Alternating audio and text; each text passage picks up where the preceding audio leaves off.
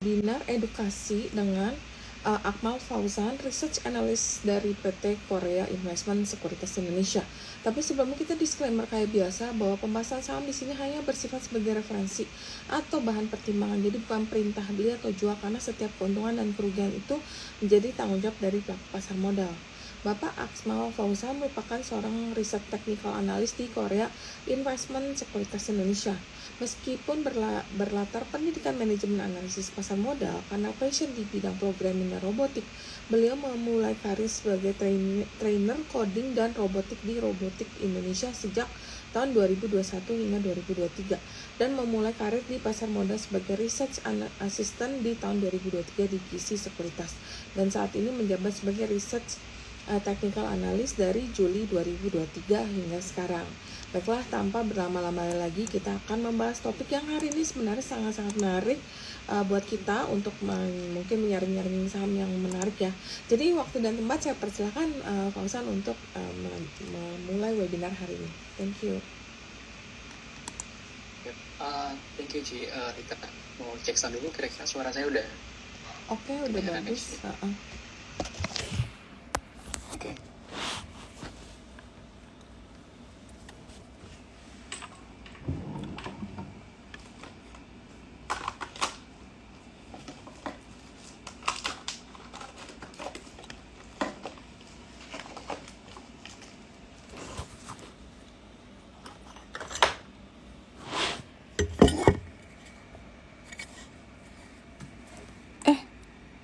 Belum ada suara ya? Belum ya? Ya, Kyonghi semua sampai lupa. Untuk PPT-nya udah muncul di layar belum ya Ci? Udah. Ada ya? Oke, udah bagus, udah full screen juga. Silakan. Oke, kita start sekarang. Oke. Yap. Ya, selamat siang teman-teman semua. Sebelumnya saya mau ngucapin terima kasih banyak Cirita dan Pak Franky dan tim. Hari ini udah diberikan kesempatan untuk kita bisa sharing bersama ya. Kalau hari ini judul kita yaitu Unlock 2025 Potential Profit with a Solid Trading Plan and Bollinger Band Strategy. Jadi sepanjang sesi hari ini kita akan membuat trading plan yang solid ya, menggunakan salah satu indikator yaitu Bollinger Band. Tapi sebelum itu ada beberapa topik yang saya rasa perlu kita bahas juga nih teman-teman ya, sebelum membuat trading plan yang solid. Seperti hal-hal dasar kita juga perlu pelajari atau kita perlu discuss lagi, seperti bagaimana berpartisipasi di pasar modal ya, apa end goal kita atau bagaimana garis finish yang akan kita tentukan. Lalu kita akan bahas juga mengenai technical analysis, risk management, money management, apa itu strategi dalam trading, bagaimana trading plan yang akan kita buat, serta bagaimana caranya membuat trading plan dengan strategi baru. Dan terakhir saya rasa kita juga perlu memahami terkait apa itu psikologi dalam trading ya. Hopefully waktunya cukup untuk kita bahas ini semua. So langsung aja. Oke, yang pertama yaitu yang ingin saya discuss hari ini yaitu adalah mengapa kita harus memulai berinvestasi atau trading ya saat ini. Itu adalah karena kita tidak ingin meninggalkan uang kita dalam bentuk cash, karena uang cash akan kehilangan nilainya seiring berjalannya waktu ya teman-teman, dan kita tidak ingin hal itu terjadi. Jadi alasan pertama mengapa kita berpartisipasi di pasar modal dengan trading atau investasi adalah karena kita ingin meningkatkan network kita ya. Kita tidak ingin network kita tetap stagnan atau bahkan menurun. Dan sebagian orang juga ada yang memiliki alasan lain, yaitu mereka ingin pensiun dini dan memiliki lebih banyak uang dari yang dihasilkan dengan cara bekerja. Alasan lainnya adalah bagi kaum yang seperti kita yang masih muda-muda dan tidak ingin pensiun dini, kita tetap perlu untuk invest atau trading karena mungkin kita ingin membeli rumah, mobil, atau ingin traveling keliling dunia di masa yang akan datang, sehingga kita juga perlu meningkatkan network kita yang ada saat ini. So, itu beberapa alasan yang menjadikan kita untuk berpartisipasi di pasar modal ini. Berikutnya ada technical dan fundamental analysis. Ya, sebelum kita membahas lebih lanjut mengenai trading plan dan strategi, kita coba pelajari terlebih dahulu dua jenis cara untuk menganalisis suatu saham atau aset berharga. Nah, kalau kita lihat dari definisi yang ada di hadapan teman-teman, technical analysis merupakan sebuah studi mengenai grafik, baik itu kita lihat secara harga maupun volume, untuk memprediksi pergerakan arah harga ke depannya. Jadi, technical analysis basicnya hanya harga dan volume. Sedangkan kalau fundamental analysis, kita lihat dengan cara lainnya. Ya, selain dari harga dan volume, itu bisa kita lihat dengan mengukur seberapa tingkat profitabilitas, atau kita juga melihat keadaan ekonomi secara keseluruhan, suku bunga di suatu negara, undang-undang yang berlaku, bahkan politik juga termasuk ke dalamnya. Ya, sebagai long-term investor, biasanya kita lebih banyak menggunakan fundamental analysis. Sedangkan short-term trader atau investor, kita lebih cenderung kebanyakan menggunakan technical analysis. Nah, ini kalau saya kronologikan, berikan contoh yang lainnya juga, ini sama seperti kita bergerak di bidang real estate, ya, dan kita ingin membeli rumah atau menjualnya dalam waktu dekat, maka kita akan lihat harga dan volumenya. Kita akan lihat lingkungan sekitarnya, berapa banyak rumah yang terjual saat ini, dan berapa harga setiap rumah yang dijual. Karena kita ingin melihat seberapa cepat rumah tersebut bisa terjual. Lain halnya, jika kita ingin membeli rumah untuk 30 atau 40 tahun ke depan, kita mungkin tidak terlalu peduli ya apa orang yang membeli ya, atau siapa yang belinya di sekitar kita, bagaimana orang-orang yang tinggal di sekitar kita. Mungkin kita lebih memperdulikan bagaimana kualitas di rumah tersebut. Apakah kedepannya akan ada infrastruktur baru, atau ada sekolah yang akan dibangun di lingkungan sekitar perumahan kita. Maka dari itu, trader atau spekulan jangka pendek akan melihat pada teknikal, dan mereka akan lebih sedikit melihat pada fundamental. Nah, berikutnya ada terkait liquidity. Nah, ini penting juga untuk kita ketahui dalam prinsip dasar. Nah, menurut teman-teman semua, kira-kira kenapa ya market itu harus ada, atau investor atau company butuh yang namanya market atau pasar? Nah, kalau kita lihat dari perspektif investor, kita butuh market atau pasar untuk melikuidasi saham-saham yang kita miliki ketika kita ingin menjual sahamnya. Nah, sekarang coba teman-teman bayangkan, semisal teman-teman ingin membeli sebuah rumah dan saya kasih tahu bahwa rumah tersebut bagus, nah mungkin teman-teman langsung tertarik. Ya, tapi kalau saya kasih tahu informasi berikutnya bahwa rumah tersebut nggak bisa dijual selamanya, nah mungkin teman-teman akan berubah pikiran kembali.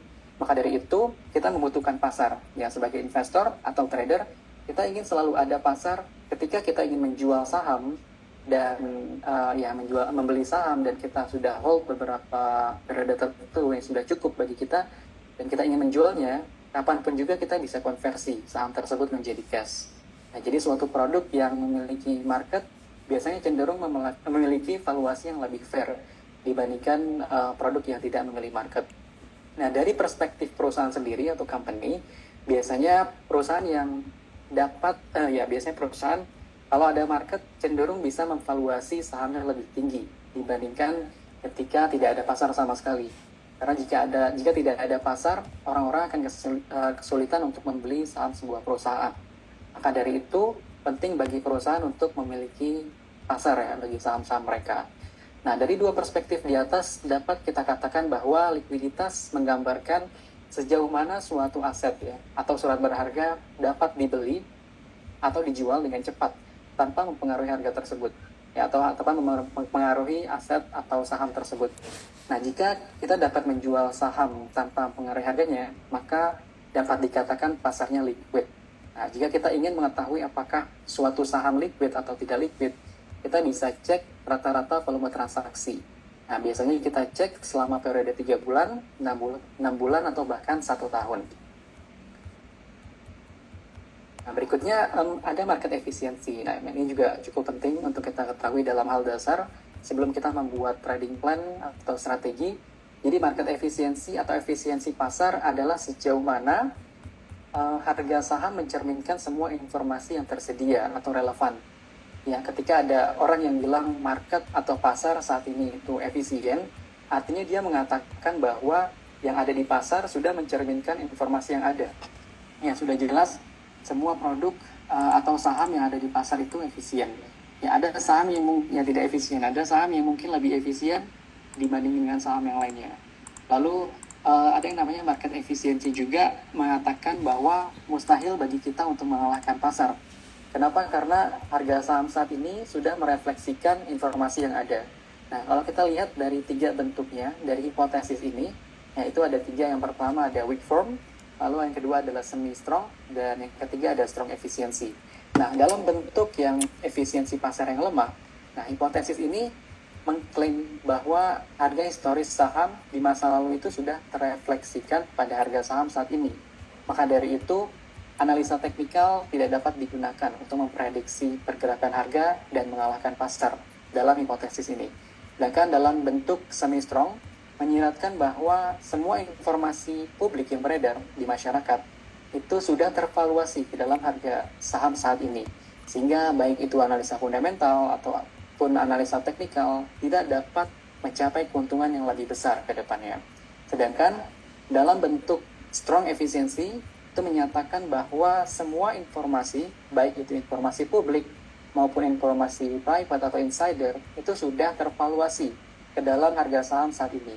Baik itu informasi orang dalam maupun informasi lainnya, sehingga kita tidak dapat mendapatkan keuntungan yang lebih ya, karena harga sahamnya sudah tervaluasi ya ke dalam harga terakhir atau harga saham saat ini. Nah, itu market efficiency yang mungkin kita juga perlu ketahui. Berikutnya ada jenis-jenis dari strategi. Ya, sekarang kita akan bahas mengenai macam-macam strategi. Menurut saya ada 2 kategori utama dalam strategi, yaitu ada momentum strategi dan mean reversion strategi. Nah, strategi momentum didasari bahwa teori ini yaitu menyatakan bahwa kelanjutan tren dan kekuatan arah gerak suatu benda yang bergerak akan terus mendorong harga menjauh dari nilai rata-ratanya. Sedangkan kalau strategi mean reversion ini bergantung pada teori bahwa harga biasanya akan bergerak kembali ke nilai rata-ratanya. Ya, namanya mean reversion, dia akan kembali ke nilai rata-ratanya. Nah, pasar atau IHSG biasanya bergerak mean reverting atau mean reversions ya sekitar 80% dan menunjukkan tipe momentum hanya sekitar 20%. Kedua tipe strategi di sini sama-sama bagus sebenarnya. Yang perlu kita ketahui adalah 2 strategi tersebut bekerja secara berbeda dan pendekatan yang kita lakukan juga berbeda. Nah, berikutnya kita perlu tahu juga ada yang namanya chart. Nah, di dalam chart ini, nah biasanya kita gunakan line chart atau candlestick chart ya. Nah, line chart itu menyatakan harga penutupan secara periode tertentu, sedangkan kalau candlestick chart itu biasanya kita dapat informasi mengenai harga penutupan atau harga tertinggi, harga terendah maupun harga ya pembukaannya dalam satu periode tertentu. Sehingga dalam candlestick chart ini juga kadang-kadang terdapat beberapa pola yang bisa kita gunakan untuk memprediksi kecenderungan pergerakan arah harga. Nah, berikutnya ada volume. Nah, bicara tentang volume ini juga cukup penting ya, karena seperti yang saya katakan sebelumnya, technical analysis didasari pada harga dan volume. Ya, pada dasarnya volume adalah jumlah saham yang diperjualbelikan dalam periode tertentu. Nah, sekarang mengapa kita peduli ya dengan banyak saham yang diperdagangkan? Katakanlah teman-teman yang ada di sini semuanya, yang ada di Zoom ini, kita tinggal dalam satu perumahan yang sama. Dan mungkin value dari rumah kita itu sekitar 2 miliar, mungkin kita contohkan. Nah, pada satu waktu ada rumah yang terjual seharga 5 miliar. Nah, bisa kita katakan rumah kita saat ini bernilai 5 miliar? Belum tentu ya, teman-teman. Tapi kalau ada 100 orang atau ada 100 rumah yang terjual di harga 5 miliar, baru mungkin kita bisa katakan rumah kita saat ini bernilai 5 miliar. Nah, jadi kuantitas itu penting. Mungkin dalam satu waktu orang terpaksa harus menjual rumah atau saham karena alasan tertentu. Tapi jika banyak orang yang membeli atau ya menjual dengan harga yang sama, maka bisa kita katakan fair value saat ini di harga sekarang. Lalu ada yang namanya juga average volume. Ya, ini dapat memberikan informasi mengenai rata-rata volume perdagangan suatu saham selama periode tertentu.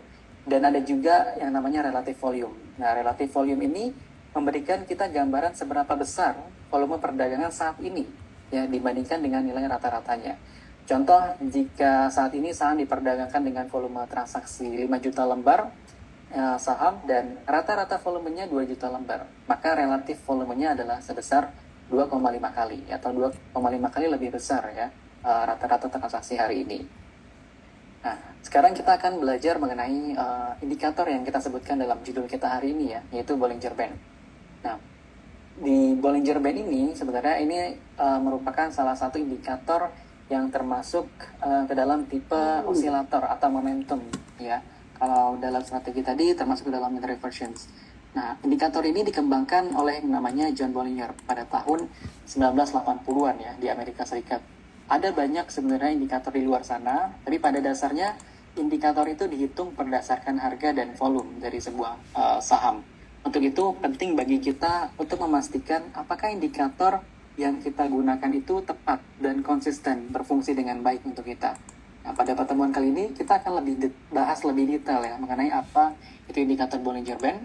Sederhananya, Bollinger Band itu adalah sebuah garis ya atau pita yang digambarkan di sekitar chart atau harga untuk memberitahu bahwa harga tersebut akan tetap berada dalam range garis tersebut ya, dalam probabilitas tertentu. Nah, kalau kita lihat dari strukturnya ya, dalam menghitung Bollinger Band kita memerlukan input seperti moving average ya, atau biasa kita gunakan dalam Bollinger Band itu simple moving average ya, dan standar deviasi. Nah, simple moving average ini kita dapatkan dari menjumlahkan harga penutupan dari beberapa hari atau periode perdagangan, lalu dibagi dengan jumlah hari perdagangan itu sendiri. Nah, sementara standar deviasi kita hitung untuk mendapatkan sebaran harga dari nilai rata-rata sekaligus untuk mengukur volatilitas harga itu sendiri. Nah, sehingga dari dua input tersebut kita bisa dapatkan upper band dan lower bandnya dengan cara menambahkan dan mengurangi biasanya 2 kali ya nilai dari standar deviasinya. Nah, kenapa kita biasanya pilih 2 standar deviasi ya? Kenapa nggak 3 ataupun kenapa nggak 1 ya? Meski kita tetap bisa gunakan 3 atau 1.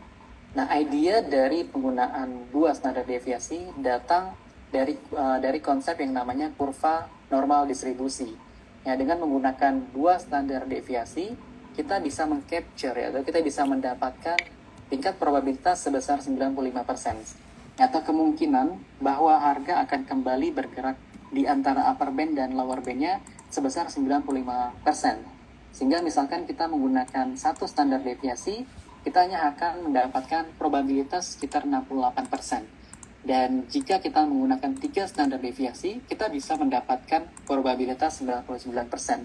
Tapi sebaran datarnya akan semakin lebar dan juga akan semakin memakan waktu yang lama ya untuk dia kembali berada dalam upper band dan lower bandnya. Sehingga menurut saya 2 standar deviasi bisa kita katakan lebih optimal ya dibandingkan dengan 3 atau 1 standar deviasi. Nah, dalam perhitungannya ya ini saya coba hitung secara manual. Kalau teman-teman mau coba hitung secara manual juga bisa untuk membuktikan kira-kira angkanya sama nggak yang ada di aplikasi charting ya. Di sini saya coba pada saham Cimory, itu saya coba tarik data selama 20 perdagangan hari terakhir dari tanggal 10 Desember 2024 sampai dengan 10 Januari 2025. Ini kalau kita hitung SMA-nya, Simple Moving Average-nya, kita dapat di harga 5.066. Nah, kalau teman-teman lihat, ini sama seperti yang ada di aplikasi chartingnya di bawah 5.066. Lalu untuk mendapatkan nilai upper band dan lower band, teman-teman bisa hitung nilai standar deviasinya dari penutupan harga yang ada di tabel ini ya, dari last price-nya. Lalu dikali dengan 2. Sehingga untuk mendapatkan upper band, tinggal ditambahkan hasil dari standar deviasinya. Ya, sedangkan untuk menghitung lower band-nya, nilai simple moving average-nya tinggal dikurangi dari hasil standar deviasinya berapa. Ya, yang sudah dikali 2. Nah, kalau kita lihat di sini yang ada di tabelnya upper band-nya sama ya, dan lower band-nya juga sama seperti yang ada di aplikasi charting di bawah. Nah, selain berdiri sendiri, indikator Bollinger Band, kita juga bisa mengkombinasikan dengan beberapa candlestick pattern ya. Tapi sebelum itu kita juga perlu ketahui apa itu candlestick pattern ya. Nah, ini kalau kita lihat dari candlestick, ya kita bisa dapatkan harga tertinggi, harga terendah, harga penutupan dan pembukaan. Nah, sehingga nggak jarang juga pola-pola candlestick ini membentuk ya suatu pola ya, yang bisa kita gunakan untuk mengkoordinasi arah pergerakan harga. Nah, di pertemuan kali ini kita akan membahas beberapa candlestick yang menurut kita penting untuk diketahui, seperti pola big candle, doji, shooting star, hammer, morning doji star, evening doji star, sampai engulfing juga perlu kita ketahui. Nah, kita akan bahas satu-satu mengenai candlestick tersebut ya. Nah, yang pertama ada yang namanya pola big candle. Nah, pola ini biasanya ditandai dengan range body candle yang cukup panjang. Nah, ketika harga pembukaan dekat dengan harga tertinggi dan harga penutupan dekat dengan harga terendahnya, maka mengindikasikan pola bearish ya, atau harga cenderung melanjutkan pergerakan bearishnya. Nah, biasanya candle ini ditandai dengan warna merah atau warnanya gelap. Ya, sebaliknya, jika harga pembukaan dekat dengan harga terendahnya dan ditutup lebih tinggi, maka dapat kita anggap pola tersebut merupakan pola bullish. Nah, biasanya big candle ini ditandai dengan warna hijau, putih, atau warnanya lebih terang. Ya. Selanjutnya juga ada pola doji. Nah, pola doji ini biasanya ditandai dengan harga pembukaan yang relatif sama atau tidak jauh dari harga penutupannya. Nah, ada beberapa jenis candlestick doji seperti doji star, long legs doji, dragonfly, dan gravestone doji. Lalu ada shooting star juga dan hammer. Nah, shooting star ini umumnya diawali dengan uptrend dan memiliki upper shadow yang panjang. Ya, sebaliknya kalau hammer biasanya diawali dengan downtrend dan memiliki lower shadow yang panjang. Nah, berikutnya juga ada yang namanya harami dan engulfing. Nah, kalau teman-teman perhatikan, pola harami dan pola engulfing ini agak sedikit mirip ya. Kalau kita balik candlenya. Nah, seperti pola bearish harami, yang kalau kita pindahkan posisi candle hijaunya ke depan, maka akan menjadi pola bullish engulfing. Nah, pola-pola ini juga yang termasuk ke dalam pola dua candlestick. Nah, pola bearish harami biasanya muncul ketika market itu sedang uptrend dan memungkinkan terjadinya pembalikan harga atau pembalikan arah. Ya. Candle pertama dalam pola ini adalah big green candle, dan candle kedua adalah candle bearish yang berukuran lebih kecil sehingga ukurannya berada di dalam range body candle-nya. Yang pertama ya di range body candle. Nah, sebaliknya kalau pola bullish harami ini muncul pada saat marketnya sedang downtrend dan menunjukkan bahwa tekanan jual mulai melemah dan kemungkinan harga akan bergerak naik. Nah, sama seperti pola bullish harami, bullish engulfing diawali dengan downtrend juga, tapi candle kedua merupakan candle bullish yang lebih besar dari candle yang pertama yang bearish. Sedangkan kalau bearish engulfing ini juga mirip seperti candle bearish harami yang diawali dengan uptrend dan menunjukkan bahwa tekanan jual di pasar mulai lebih besar sehingga mengalahkan tekanan belinya. Nah, lalu dari tiga formasi candle juga kita bisa dapatkan pola yang namanya morning doji star dan evening doji star. Nah, pola ini masuk ke dalam kategori pola 3 candlestick. Nah, dengan pola morning star dan evening doji star, dan kalau morning star itu dia diawali dengan downtrend. Ya, lalu candle pertama termasuk bearish candle, candle kedua terdapat gap, biasanya ada gapnya, lalu dia membentuk doji atau body candle kedua itu lebih kecil ya. Lalu candle ketiga membentuk big green candle. Sebaliknya, kalau evening doji star, dia diawali dengan uptrend, lalu candle pertama membentuk big green candle, lalu candle kedua itu doji atau candlenya lebih kecil, dan candle ketiganya itu membentuk big red candle. Nah, itu beberapa pola yang penting yang menurut saya teman-teman perlu ketahui, dan kedepannya juga akan kita pakai dalam membentuk trading plan kita hari ini. Nah, berikutnya kita akan bahas juga mengenai tren ya. Mungkin teman-teman sering dengar di luar sana trend is a friend, dan kita nggak boleh melawan tren ya. Karena tren itu apa sih? Nah, tren ini merupakan salah satu core dari analisa teknikal. Ya, karena dalam analisa teknikal kita memiliki prinsip price moving trend atau harga cenderung bergerak dalam suatu tren. Selain itu, prinsip lainnya juga ada seperti market discount everything, artinya segala informasi yang ada sudah tercermin ya ke dalam harga saat ini. Dan yang terakhir yaitu ada history tends to repeat itself, artinya sejarah akan berulang kembali. Nah, ada 3 jenis tren, yaitu ada uptrend ketika harga membentuk higher high dan higher low, lalu ada sideways trend ketika harga bergerak dalam range, dan juga ada yang namanya downtrend ketika harga membentuk lower high dan lower low. Nah, setelah kita mempelajari apa itu tren, kita juga perlu mempelajari bagaimana cycle atau struktur tren itu terbentuk. Ya, biasanya dalam cycle atau tren itu terdapat 3 jenis, yaitu ada primary trend, ada secondary trend, dan minor trend cycle. Nah, primary trend biasanya ini terbentuk dalam rentang waktu 9 bulan sampai dengan 2 tahun. Nah, sedangkan kalau secondary trend ini terbentuk dari 6 minggu sampai 9 bulan, dan minor trend ini terbentuknya sekitar 1 minggu sampai 6 minggu. Ya, dalam setiap cycle juga terdapat 3 fase. Itu ada yang namanya fase akumulasi, lalu ada fase public participation, ya, dan yang terakhir ada fase distribusi. Nah, berikutnya ada juga terkait support dan resisten. Ya, ini juga penting, support dan resisten sesuai dengan namanya. Support artinya sesuatu yang mendukung agar harga tidak jatuh ke bawah level tertentu. Dan resisten artinya level atau area di mana harga tidak bisa menembus, ya, atau melewati level tertentu.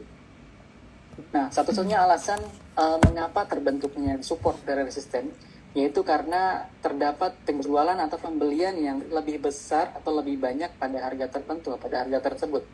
Ya, terkadang harga bilangan bulat, kalau teman-teman trading di luar negeri mungkin karena angkanya ada desimal, ya.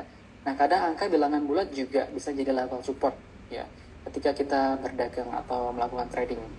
Nah, dan juga sudah menjadi aturan umum ketika harga breakout resisten, maka level resisten tersebut akan menjadi level support ke depannya. Sebaliknya, kalau harga breakdown support, maka support tersebut akan menjadi level resistance dalam waktu mendatang. Nah, berikutnya kita akan juga bahas mengenai chart pattern, ya. Jadi selain bisa dikombinasikan dengan candlestick, Bollinger Band juga kita bisa kombinasikan dengan yang namanya chart pattern.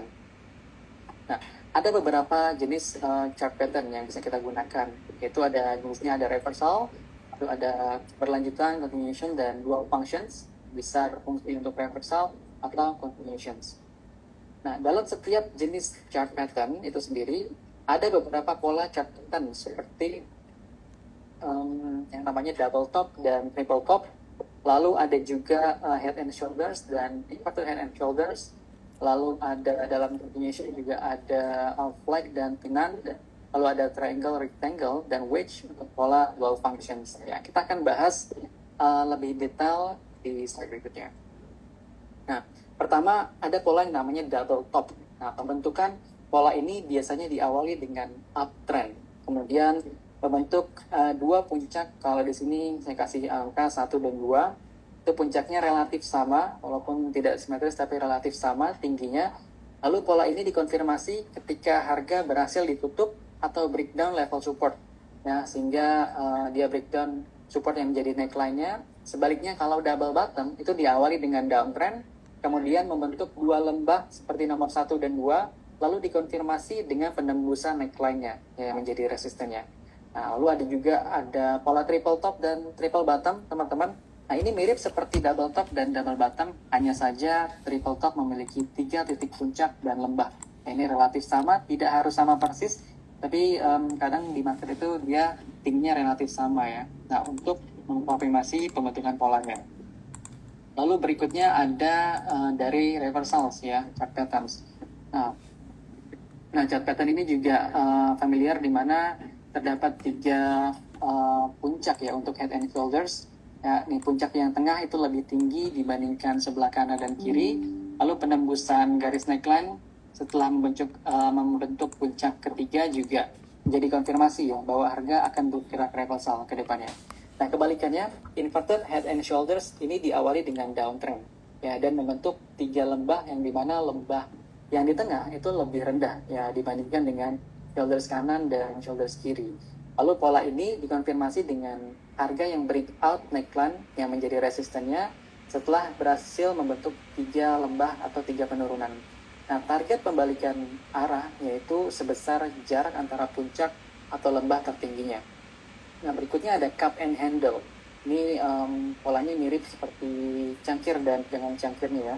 Ini pola ini terbentuk di mana atau diawali dengan downtrend, ya, dan pola cangkirnya membentuk huruf U, yaitu ketika market sedang berkonsolidasi atau ya berkonsolidasi atau sideways dan terjadi pullback ya yang membentuk seperti pegangan cangkir. Nah, pegangan cangkir ini juga menandakan konsolidasi terakhir ya sebelum akhirnya harga bergerak naik. Nah, target dari kenaikan harga setelah breakout yaitu sekitar jarak dari dasar cangkir ke permukaan cangkirnya. Sama seperti cup and handle, pola inverted cup and handle juga mengindikasikan pembalikan tren dari downtrend menjadi uptrend. Bedanya hanya pola cup and handle ini berbentuk setengah lingkaran ya terbalik dan handle-nya itu cenderung datar atau pegangannya atau handle-nya agak sedikit menurun ya. Nah, berikutnya ada pola continuations ya dari flag dan pennant. Nah, bullish flag biasanya diawali dengan uptrend ya yang seiring waktu akan mereda seperti namanya bendera, biasanya bendera ada yang namanya tiang bendera ya.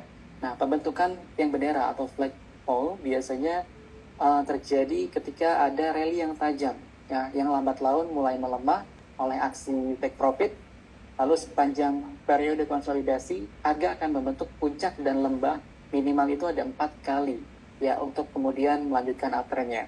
Sebaliknya, garis flag diawali dengan downtrend yang tajam, lalu harganya mulai berkonsolidasi, membentuk puncak dan lembah baru, sehingga akhirnya berbalik arah. Nah, setelah breakdown, target harga yaitu seperti jarak tiang awalnya ya, flag pole-nya itu sendiri.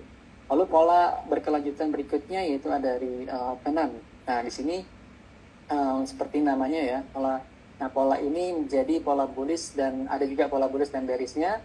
Pola bullish pennant biasanya terjadi setelah kenaikan harga yang tajam. Ya, kemudian diikuti dengan pergerakan tren yang menyerupai bendera segitiga. Nah, di saat bergerak menyamping dan diakhiri dengan breakout yang menunjukkan adanya tren kenaikan berlanjutan. Nah, sebaliknya, kalau bearish pennant ini terjadi setelah adanya penurunan tren yang tajam, ya diikuti dengan pergerakan konsolidasi kecil yang menyerupai bendera segitiga. Nantinya tren ini akan dilanjutkan dengan breakdown, ya yang mengindikasikan berlanjutnya downtrend.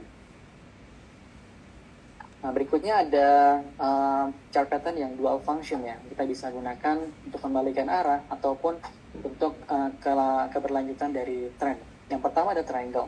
Nah, pola triangle atau segitiga biasanya ada 3 jenisnya juga. Ya, ada symmetrical triangle, lalu juga ada yang namanya ascending dan descending triangle ya. Nah, minimal terdapat 4 reversal point ya untuk sebelum akhirnya dia berbalik arah dan melanjutkan tren. Nah, lalu ada yang namanya juga ascending dan descending triangle. Nah, perbedaan antara ascending dan descending triangle ini yaitu ada pada resistance line-nya. Nah, kalau pada ascending triangle, ini resistance line-nya itu cenderung datar. Ya, sementara support line-nya itu cenderung menguat. Sedangkan pada descending triangle, ini resistennya agak sedikit menurun, lalu support line-nya cenderung datar. Ya. Berikut ada juga polar rectangle yang teman-teman perlu ketahui juga. Nah, yang membedakan antara bullish rectangle dan bearish rectangle itu ada pada trend yang mengawalinya. Biasanya bullish rectangle itu diawali dengan uptrend, sedangkan bearish rectangle juga diawali dengan downtrend. Oke, berikutnya kita akan bahas mengenai strategi yang akan kita buat ya, atau entry signal yang akan kita tentukan berdasarkan Bollinger Band yang udah kita pelajari dan candlestick-nya juga yang udah kita pelajari barusan, lalu ada chart pattern ya. Nah, kita akan membuat strategi trading untuk entry signal ya dari Bollinger Band. Nah, pada kasus ini kita akan coba buat beberapa kondisi yang memungkinkan kita untuk melakukan entry posisi. Ya, kondisi pertama yaitu ketika penutupan pasar candlestick sahamnya itu berada di bawah lower band atau menyentuh lower band. Lalu kondisi yang kedua yaitu jika kondisi pertama terpenuhi, yaitu setelah itu terjadi atau terbentuk pola candlestick seperti big green candle, ada hammer, lalu ada bullish harami, bullish engulfing, dan morning doji star. Nah, kondisi ketiga ini optional ya. Ini untuk menambahkan konfirmasi aja, akan ada bisa terbentuk beberapa chart pattern seperti double bottom, triple bottom, inverted head and shoulders, dan cup and handles. Ya, jadi itu entry signal strategi yang akan kita tentukan yang sebelum kita melakukan entry posisi. nantinya kita akan lihat ya hasil dari pengujian terhadap saham-saham yang masuk ke dalam IDX 30. Nah, setelah kita mengetahui entry signal yang udah kita tentukan, berikutnya ada topik juga yang menurut saya perlu saya tambahkan untuk discuss kita hari ini, yaitu mengenai ekspektasi ya, atau ekspektasi atau harapan ya. Nah, sebelum kita membuat trading plan, ya ini juga termasuk, dan sebelum kita membuat risk management dan money management, ini juga perlu ya, terlepas dari seberapa besar uang yang kita hasilkan, jika kita nggak bisa kontrol kerugian, maka pada satu titik kita akan kehilangan semuanya. Pada dari itu, ekspektasi ini merupakan bagian dari risk management dan money management. Nah, sehingga maka dari itu, biasanya banyak perusahaan yang hire manajer risiko untuk melakukan manajemen risiko. Sehingga dalam trading, sebagai seorang trader atau investor, kita juga perlu menguasai manajemen risiko. Oke, pertama kita akan bahas mengenai ekspektasi. Ya, ekspektasi ini topik cukup penting juga, karena kalau kita bermain sebuah game yang memiliki probabilitas, which is the game of stock market. Nah, kalau kita lihat dari definisi expected value atau nilai yang diharapkan adalah nilai yang dapat kita antisipasi untuk investasi tertentu. Nah, dalam statistik dan analisa probabilitas, nilai ekspektasi dapat kita dapatkan untuk dengan rumus di bawah ini, teman-teman. Ya, ini rumusnya agak sebenarnya simple, teman-teman nggak perlu khawatir terkait fungsinya, karena dari rumus ini sebenarnya ingin mengatakan bahwa expected value itu dari rumusnya ini yaitu sama dengan penjumlahan dari 1 sampai infinite kali kejadian, di mana X atau kejadian dikali dengan P atau probabilitas itu terjadi. Nah, dalam kasus trading, biasanya saya akan modifikasi rumusnya menjadi seperti ini ya. Jadi persentase ketika kita profit dikali dengan rata-rata nominal ketika kita profit, lalu dikurangi dengan persentase ketika kita loss. Ya, lalu dikali dengan rata-rata nominal kerugiannya. Ini biasanya rumus yang kita gunakan untuk menghitung expected value, ya, nilai yang kita ekspektasi atau harapkan. Nah, di sini ada contoh atau skenario 1. Nah, ini semisal teman-teman saya berikan 2 pilihan amplop nih. Ada amplop A dan ada amplop B.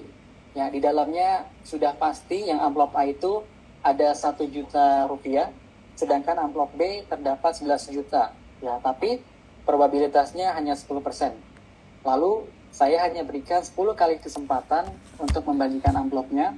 Jadi ada 10 kali kesempatan amplop A udah pasti di dalamnya ada 1 juta, sedangkan amplop B peluangnya hanya 10% ya untuk mendapatkan 11 juta.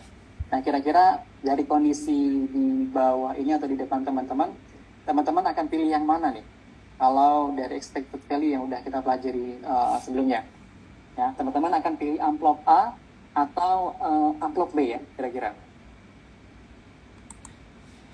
Oke, ada yang pilih B ya. Yap. Kalau kita lihat dari expected value rumus sebelumnya itu, memang jawaban sebenarnya yang harus kita pilih atau jawaban yang sebaiknya kita pilih adalah amplop B. Kenapa? Karena kalau kita lihat dari hasil perhitungan expected value, ya untuk amplop A itu mendapatkan ekspektasi ratio-nya itu hanya 1 juta. Ya, sedangkan untuk amplop B itu ekspektasi rasionya 1.100.000. Artinya dari setiap kali kesempatan yang kita lakukan, karena tadi ada 10 kali kesempatan untuk saya berikan amplopnya, dan amplop A memiliki 100% chance untuk mendapatkan 1 juta setiap amplop, sedangkan yang B itu mendapatkan 11 juta tapi persentasenya hanya 10%. Ya, kalau kita hitung hasilnya akan lebih besar expected value di amplop B. Sehingga kalau teman-teman dihadapkan dengan hasil seperti ini, ya teman-teman sebaiknya atau sebijaknya memilih yang amplop B ya, teman-teman. Nah, berikutnya, kalau kita dihadapkan dengan kondisi seperti ini, ya kita punya kondisi di mana amplop A dan amplop B itu nilainya sama atau lebih kurang ya untuk skenario 2 ini.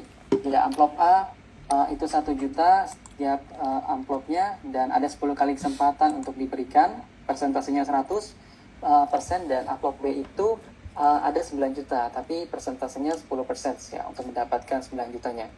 Nah, kalau dihadapkan dengan amplop ini, ya teman-teman sudah pasti pilih yang A ya.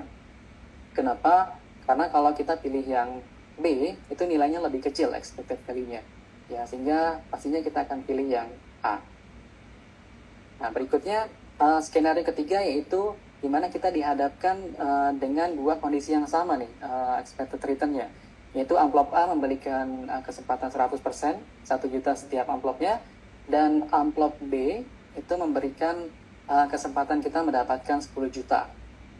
Nah, kalau kita dihadapkan dengan kondisi seperti ini, ya sama dua-duanya mendapatkan expected return value-nya, nah seperti yang ada di tabel ini, maka sebaiknya atau sebijaknya kita memilih yang B tetap ya. Kenapa? Karena kalau kita pilih yang A itu akan risikonya akan stagnan ya, sedangkan kalau yang B itu akan ada volatility di dalamnya. Sehingga even kalau kita main lebih banyak ya, atau mungkin kita melakukan trading selama 100 kali ataupun 200 kali, kan ada volatility di dalamnya. Nah, di satu waktu amplop B atau pilihan yang B ini akan mengenerate return yang lebih tinggi dibandingkan dengan A. Walaupun pada detik akhirnya dia akan nilainya sama ya. Sehingga kalau kita dihadapkan dengan kondisi seperti ini, kita tetap akan pilih yang B. Oke, berikutnya kalau kita lihat dari contoh ekspektasi di saham ya. Nah, sekarang kita coba gunakan contoh saham, yaitu ada dua saham. Saham yang pertama itu saham AAA, itu seharga Rp200 per lembar, dan saham BBB ada Rp100 per lembar. Nah, saham AAA ini berpeluang 60% untuk dia bergerak ke harga 230 dan peluang 40% untuk turun ke harga 130. Sehingga kalau kita hitung persentasenya dari 200 ke 230 itu sekitar 15% dan turun sekitar 35% ya. Sedangkan kalau saham BBB ini peluang untuk naik dari harga 100 ke 160 itu hanya 40%. Ya, sedangkan peluang untuk turun ke harga 80 per lembarnya itu sebesar 60% ya, lebih besar. Nah, kira-kira kalau kita dihadapkan dengan kondisi seperti ini, ya saham A peluang untuk naiknya 60% ke harga 230 dan turunnya 40%, sedangkan B peluang naiknya hanya 40%, teman-teman akan pilih yang mana?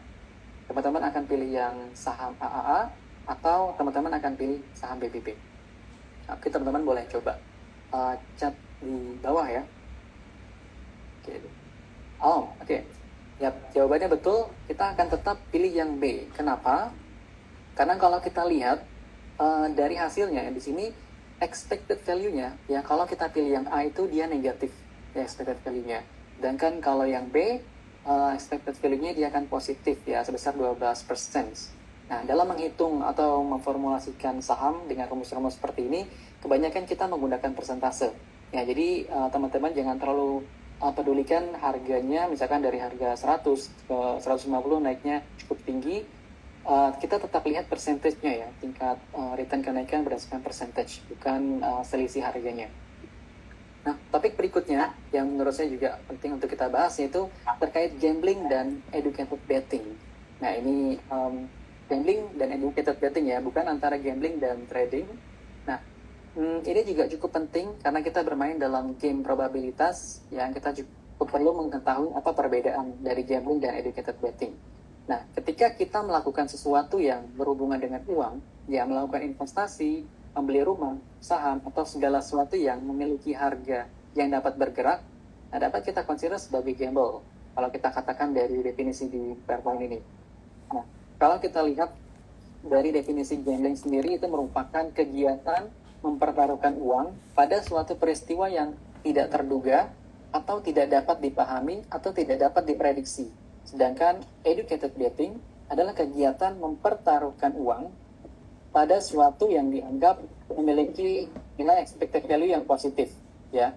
Meski ada peluang ketika kita mendapatkan keuntungan dalam jangka panjang, tapi tetap ada peluang untuk kita kehilangan semua dana yang kita miliki. Maka dari itu dalam definisi educated betting juga sebenarnya ada kata gamblingnya.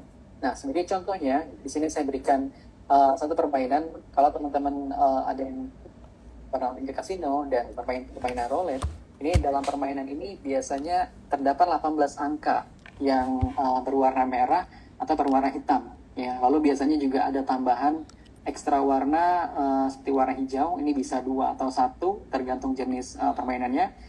Nah, di sini kita asumsikan ada 2 ekstra warna ya untuk contoh ini.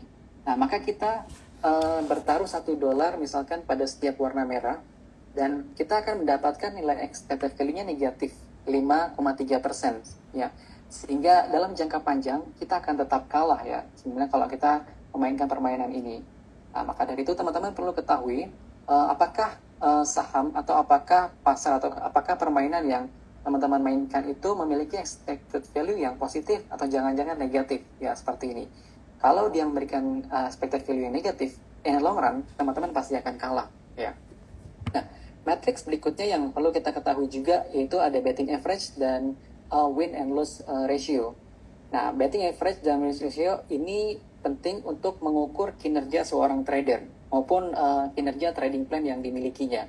Sama halnya seperti ketika kita melihat suatu olahraga ya. Mungkin teman-teman ada yang suka main basket, mungkin teman-teman ada ya main basket, mungkin ada beberapa ratio ya, ada beberapa matriks yang teman-teman mungkin lihat seperti defensive atau offensive rebound percentage atau free throw rate-nya. Atau kalau di soccer mungkin teman-teman ada yang suka bola juga, mungkin beberapa ada yang lihat matriks untuk mengukur pemainnya seperti PP, PCR, atau SOT, ya itu seperti position percentage, ada pass completion-nya, ada shots on target-nya mungkin. Ya, terlepas dari apapun itu olahraganya atau kegiatannya, ada suatu matriks yang perlu kita perhatikan dan review setiap saat ya, untuk bisa kita kembangkan atau perbaiki ke depannya. Nah, dalam trading, biasanya kita pantau 2 matriks ini, yaitu betting average dan win and lose ratio. Betting average simpelnya merupakan nilai rata-rata trader yang ketika dia berhasil mencetak profit. Ya, rumusnya itu berapa jumlah trade yang ketika kita profit dibagi dengan jumlah perdagangan yang dilakukan selama periode strategi tersebut dijalankan. Sedangkan untuk win and lose ratio ini rumusnya yaitu rata-rata ketika trader atau investor berhasil mencetak profit dibandingkan dengan rata-rata jumlah ketika dia lose. Ya, 2 matriks ini penting dalam kita melakukan trading. Lalu berikutnya juga ada risk management ya. Sebelum kita masuk ke money management, kita juga perlu menguasai yang namanya risk management. Nah, risk management ini salah satu topik yang penting dalam trading karena bukan seberapa baik kita memulai ya, tapi seberapa atau bagaimana kita bisa sampai di garis finish. Sehingga kita nggak bisa mengambil risiko secara bebas, tapi kita perlu mengukur juga dan sekaligus kita memitigasi untuk mengurangi risiko tersebut sekecil mungkin ya. Kita bukan berarti kita menghilangkan risiko, tapi kita memitigasi agar risikonya bisa lebih kecil ya, kalau bisa sekecil mungkin. Nah, sekarang apa itu risiko dalam trading? Ya, sebenarnya ada 2 jenis risiko dalam trading, yaitu risiko sistematis dan risiko tidak sistematis. Nah, definisi dari risiko sistematis yaitu risiko yang melekat pada segmen pasar atau pasar secara keseluruhan, baik yang itu kita tidak bisa mendiversifikasi risiko tersebut. Contohnya ketika terjadi pandemi ya, semua sahamnya turun, nah akan mengefek ke semua pasar ya, sehingga saham-sahamnya mayoritas akan turun. Atau ketika harga oilnya naik, maka industrinya cenderung akan naik juga. Nah, itu akan berdampak ke semua sektor ya, atau ke semua industri tertentu. Nah, sedangkan risiko tidak sistematis yaitu risiko yang melekat pada setiap perusahaan atau spesifik industri, dan kita dapat mengantisipasi dengan melakukan diversifikasi. Ya, ada beberapa cara untuk memanage risiko, yaitu pertama dengan menerima risiko tersebut. Ya, contohnya ketika dalam game plan atau dalam membuat game plan, ya kita membeli saham atau ya kita membeli saham lalu kita akan hold terus sahamnya sampai target price tertentu. Tapi kalau sahamnya itu bergerak ke arah yang berlawanan dari yang kita prediksi, sehingga ada potensi kerugian, maka kita akan menerima resiko tersebut ya, atau mungkin bahkan uang kita hilang. Itu yang pertama, kita menerima resiko. Kedua yaitu dengan cara menghindari resiko ya, maksudnya yaitu kita bisa menghindari resiko tersebut dengan tidak masuk atau tidak berpartisipasi dalam saham tertentu. Nah, metode ini sering kita gunakan yaitu ketika kita menemui saham yang rewardnya tidak lebih besar ya daripada risikonya, sehingga kita memutuskan untuk tidak masuk di saham tersebut. Nah, berikutnya itu ada yang namanya dengan cara membatasi risiko ya. Contohnya seperti stop loss. Nah, dengan stop loss ini kita bisa membatasi kerugian yang bisa kita terima. Metode lainnya ya untuk memitigasi risiko atau memanage risiko, itu kita bisa melakukan yang namanya transfer risiko. Maksudnya yaitu ketika kita membayar seorang misalkan ya untuk menerima risiko yang kita miliki. Nah, ini biasanya dilakukan menggunakan produk options. Ya, contohnya kalau teman-teman membeli saham Apple di luar negeri, tapi juga teman-teman membatasi kerugiannya atau risikonya dengan membeli put options. Sehingga ketika saham Apple-nya turun, di satu sisi kita tetap mendapatkan keuntungan dengan produk put option yang kita miliki. Nah, berikutnya setelah kita mempelajari risk management, kita juga perlu mempelajari namanya money management dalam membentuk sebuah trading plan. Nah, perbedaan dari risk management dengan money management, yaitu pada risk management kita mengukur dan membatasi risiko pada suatu perdagangan tertentu. Sedangkan pada money management, kita memperhatikan seluruh portofolio yang kita miliki. Seperti misalkan kita memiliki dana 100 juta pada RDN kita, dan kita mengatur seberapa banyak uang yang akan kita alokasikan pada setiap saham, dan seberapa banyak uang yang kita resikokan untuk kehilangan pada satu trade tertentu. Nah, di sini juga kita memiliki perhitungan semisal kita start dari 100 juta dan kita kehilangan 20% dari modal kita, maka kita perlu return 25% untuk mengembalikan modal tersebut. Sehingga akan sangat sulit bagi kita untuk mengembalikan modal kembali apabila kerugian kita telah mencapai sekitar 50%. Karena account size kita udah cukup kecil ya teman-teman. Nah, jadi apa yang dikatakan dari money management ini adalah kita sebaiknya tidak boleh mengembalikan risiko lebih dari 5% pada satu posisi. Ya, kita nggak boleh memberikan risiko lebih dari 5%. Contohnya, ketika kita memiliki dana 100 juta, maka dana yang bisa kita resikokan yaitu 5 juta. Karena jika kita memiliki 10 kali kesempatan dalam trading, ada peluang kita salah memprediksi semuanya, atau prediksi kita salah semua. Tapi modal kita masih tersisa sekitar 50%. Ya, idealnya memang 2% ketika dana kita sudah besar. Tapi biasanya, kalau modalnya atau size-nya masih kecil, dan terbatas, kita cenderung menaikkan resikonya ya, 2%, maka sampai lebih dari 5%. Nah, berikutnya, dalam membuat trading plan, kita juga perlu menentukan yang namanya position sizing. Ya, position sizing ini sebenarnya kombinasi dari risk management dan money management. Ya, spesifiknya ada di risk limitations ya, dimana kita akan menentukan seberapa banyak lot yang akan kita beli dan bagaimana metode membelinya. Apakah kita akan membelinya dalam satu waktu atau kita akan menggunakan metode average down. Nah, rumus simple dalam menghitung position sizing adalah dengan menentukan batas kerugian yang dapat kita terima per posisi trading, lalu dibagi dengan nominal toleransi resiko per lembarnya.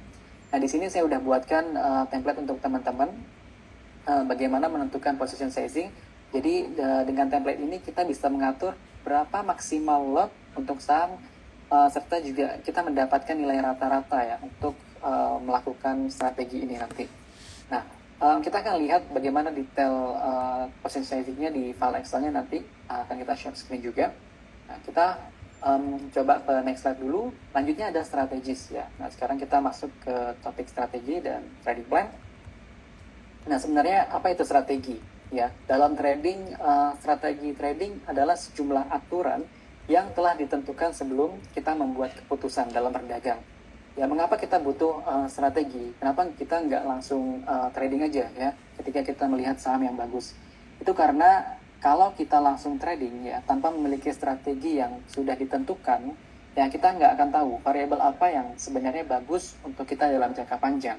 Ya, meski dalam beberapa waktu kita dapat menghasilkan return yang baik, dan kalau kita menggunakan cara yang random setiap waktu, maka kita juga nggak akan menjadi expert dalam satu strategi tertentu, sehingga kita membutuhkan suatu hal yang dapat mengenerate return secara konsisten dan dalam jangka panjang.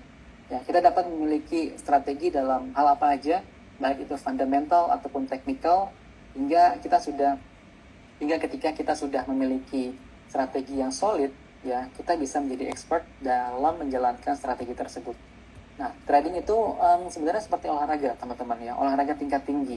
Ya, di mana seperti pemain soccer atau basket ataupun boxing, yang di mana memerlukan strategi sebelum kita masuk ke dalam lapangan atau arena. Karena kalau kita nggak punya strategi sebelum kita terjun ke lapangan, mungkin akan memperbesar peluang kita untuk kalah, ya. Sehingga strategi ini penting sebelum kita masuk ke dalam pasar modal atau trading. Lalu berikutnya kita akan bahas juga mengenai game plan ya, trading plan sesuai dengan inti judul sharing kita hari ini. Ya, ini memiliki game plan atau trading plan adalah hal yang penting ya, teman-teman. Kita nggak bisa langsung terjun seperti yang saya bilang sebelumnya, karena kalau kita udah ada di dalam arena dan kita nggak punya trading plan, akan sulit bagi kita untuk bertahan dalam jangka waktu yang panjang. Ya, tugas kita sebenarnya kalau kita udah punya trading plan, itu hanya mengimplementasikan apa yang udah kita buat. Ya, ketika sudah berada di dalam arena trading, kita cukup mengimplementasikan apa yang udah kita buat dalam game plan atau trading plan kita. Ya, trading plan sebenarnya cuma kumpulan rules yang kita buat. Terkadang banyak orang yang bilang memiliki strategi, tapi ketika harga bergerak ke level tertentu atau turun ke level tertentu, mereka nggak benar-benar membeli atau nggak benar-benar menjual sahamnya. Ya, lagi-lagi karena tidak mengikuti trading plan-nya. Nah, ini template trading plan yang bisa kita gunakan dalam membuat sebuah game plan atau trading plan ya. Pertama, kita perlu tentukan juga nama dari strateginya apa. Nah, namanya ini bisa bebas, terserah teman-teman. Kedua, kita tentukan stylenya. Mau one day trading, swing, atau investing. Lalu apa aja jenis tipe strateginya, berapa lama kita hold sahamnya, dan bagaimana memiliki saham-sahamnya tersebut ya. Bagaimana cara buy-nya.